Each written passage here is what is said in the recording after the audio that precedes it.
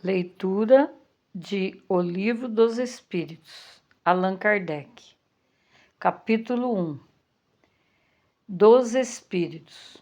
Origem e natureza dos Espíritos. 76. Que definição se pode dar dos Espíritos? Pode-se dizer que os Espíritos são os seres inteligentes da criação. Povoam o universo fora do mundo material. Nota: o vocábulo espírito é empregado aqui para designar as individualidades dos seres extracorpóreos e não mais o elemento inteligente universal. 77.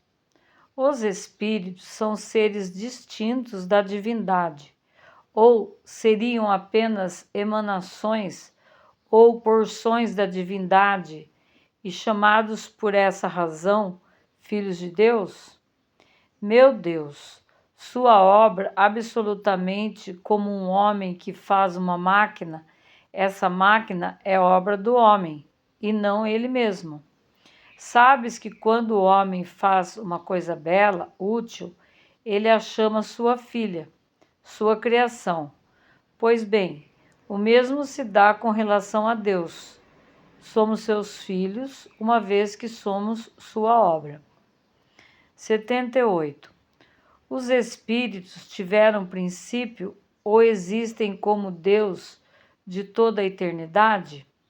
Se os espíritos não tivessem tido princípio, seriam iguais a Deus, ao passo que eles são sua criação e submetidos à sua vontade.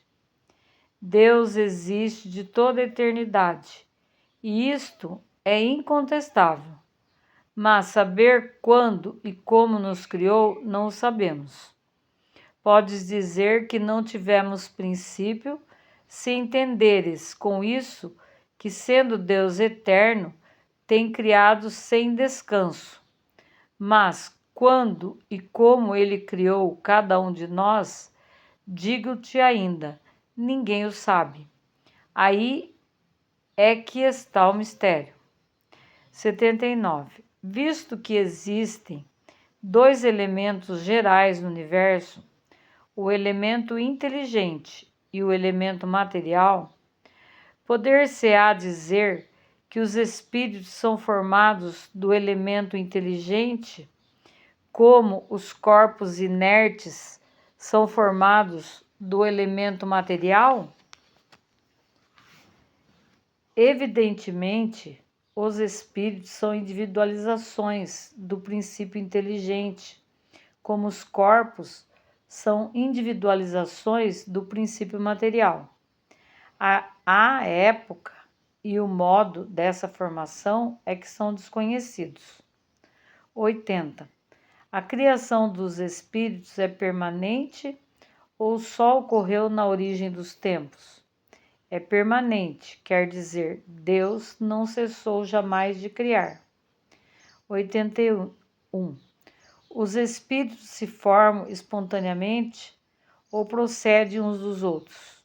Deus os cria, como a todas as outras criaturas, pela sua vontade, mas, ainda uma vez, a origem deles é mistério.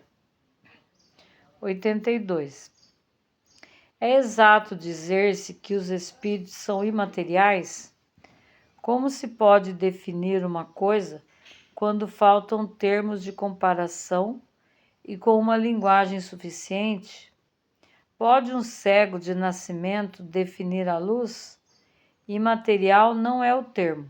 Incorpóreo seria mais exato, pois deves compreender que, sendo o espírito uma criação, deve ser alguma coisa.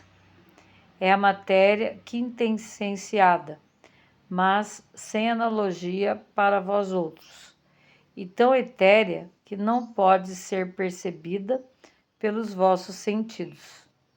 Dizemos que os espíritos são imateriais, porque sua essência difere de tudo o que conhecemos sob o nome de matéria. Uma comunidade de cegos não teria termos para definir a luz e seus efeitos.